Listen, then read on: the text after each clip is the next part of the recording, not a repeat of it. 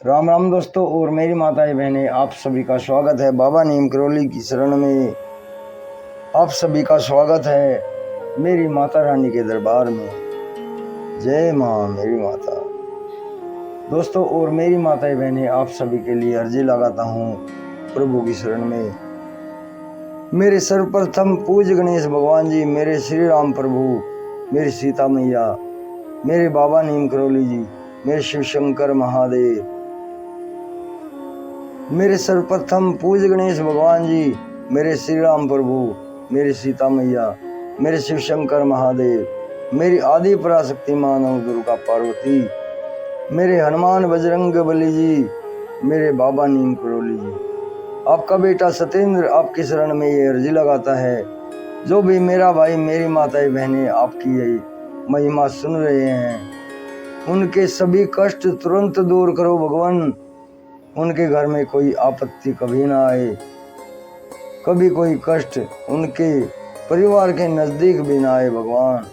यही मेरी प्रार्थना, यही मेरी अर्जी। जय जय श्री राम। दोस्तों और मेरी माताएं बहनें, आज करते हैं श्रीमद् वाल्मीकि रामायण किष्किंधा कांड का 28वां सर्ग। प्रभु श्री राम के श्री मुख से वर्षा ऋतु का वर्णन। पूरा सुने।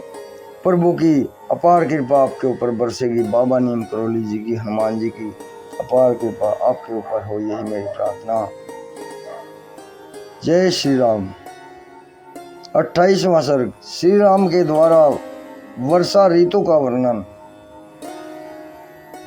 इस प्रकार बाली का वध और सुग्रीव का राज्याभिषेक करने के अनंतर माल्यवान पर्वत के पृष्ठ भाग में निवास करते हुए श्री रामचंद्र जी लक्ष्मण से कहने लगे, लक्ष्मण, अब यह जल की प्राप्ति कराने वाला वह प्रसिद्ध वर्षा काल आ गया है।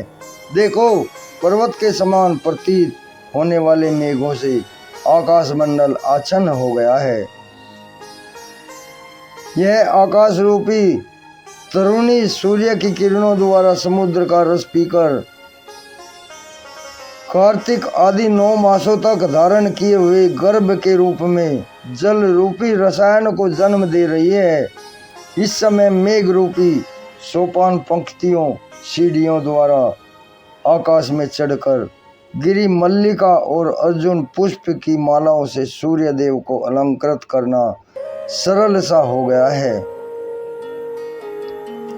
संध्या काल की लाली प्रकट होने से बीच में लाल तथा किनारे में श्वेत एवं स्निग्ध प्रतीत होने वाले मेघ खंडों से आच्छादित हुआ आकाश ऐसा जान पड़ता है मानो उसने अपने घाव में रक्त रंजित सफेद कपड़ों की पट्टी बांध रखी हो।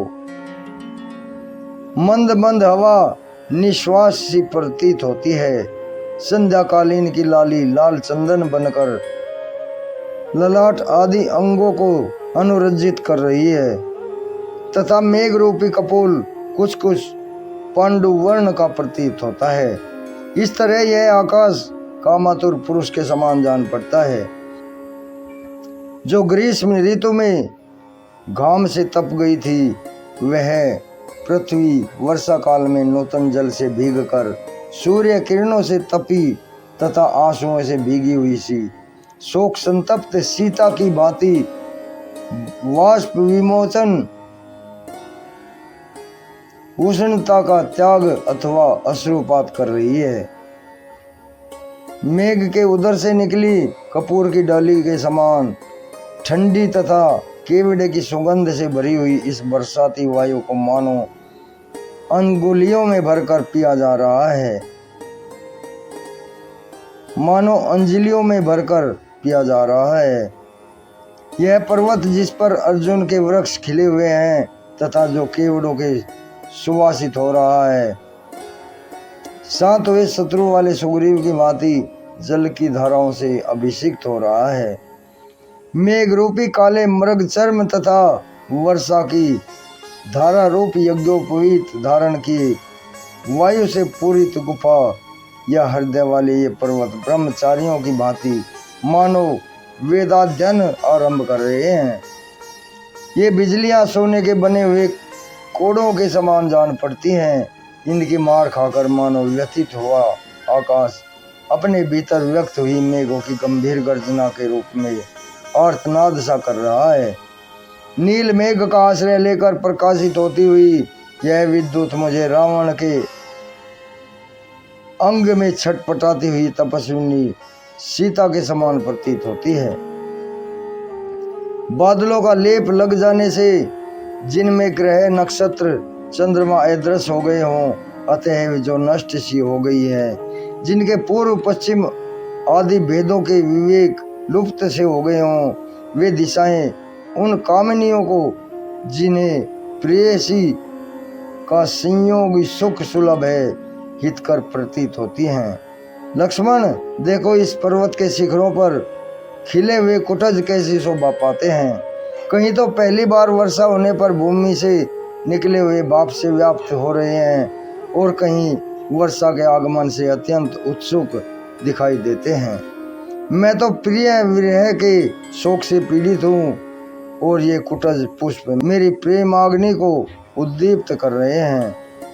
धरती की धूल शांत हो गई है, अब वायु में शीतलता आ गई है, गर्मी के दोषों का प्रसार बंद हो गया है, भूपालों की युद्ध यात्रा रुक गई है और परदेशी मनुष्य अपने अपने देश को लौट कर रहे हैं।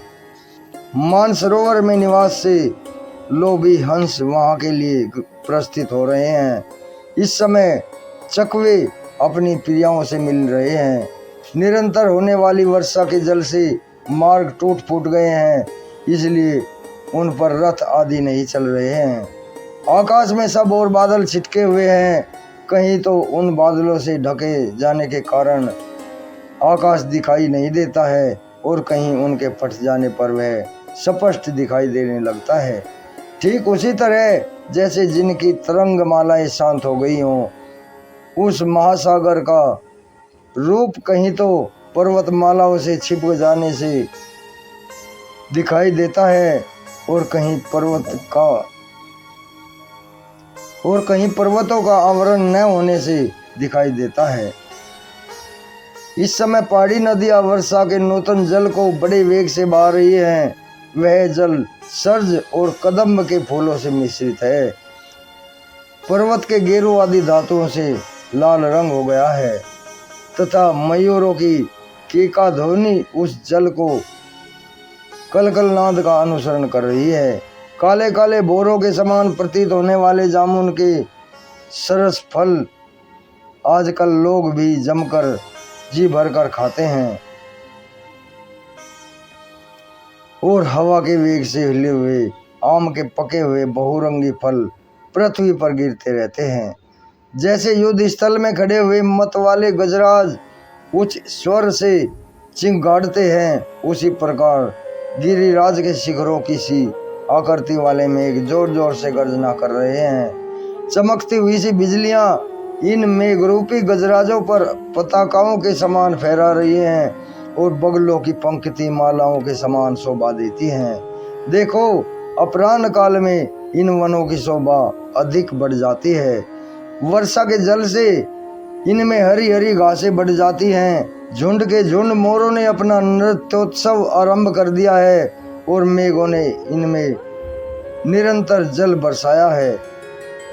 बक पंक्तियों से सुशोभित ये जलधारा मेघ जल का अधिक भार ढोते और गरजते हुए बड़े बड़े पर्वत शिखरों पर मानो विश्राम ले लेकर आगे बढ़ते हैं।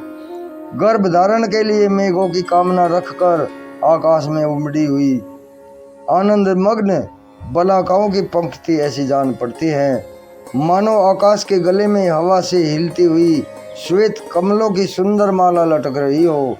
छोटे छोटे इंद्रगोप्त नामक कीड़ों के बीच में चित्रित हुई नूतन घास से आच्छादित भूमि उस नारी के समान शोभा पाती है जिसने अपने अंगों पर तोते के समान रंग वाला एक ऐसा कंबल ओढ़ रखा हो जिसको बीच बीच में महावर के रंग से रंग कर विचित्र शोभा से संपन्न कर दिया गया हो। चौमासे के इस आरंभ काल में निद्रा धीरे धीरे भगवान केशव के समीप जा रही है। नदी तीव्र गति से समुद्र के निकट पहुंच रही है। हर्ष भरी बला का उड़कर मेघ की ओर जा रही है और प्रियतमा इस काम भाव से अपने प्रियतम की सेवा में उपस्थित हो रही है। वन प्रांत मोरों के सुंदर नृत्य से सुशोभित हो गए हैं। कदम वृक्ष फूलों और शाखाओं से संपन्न हो गए हैं।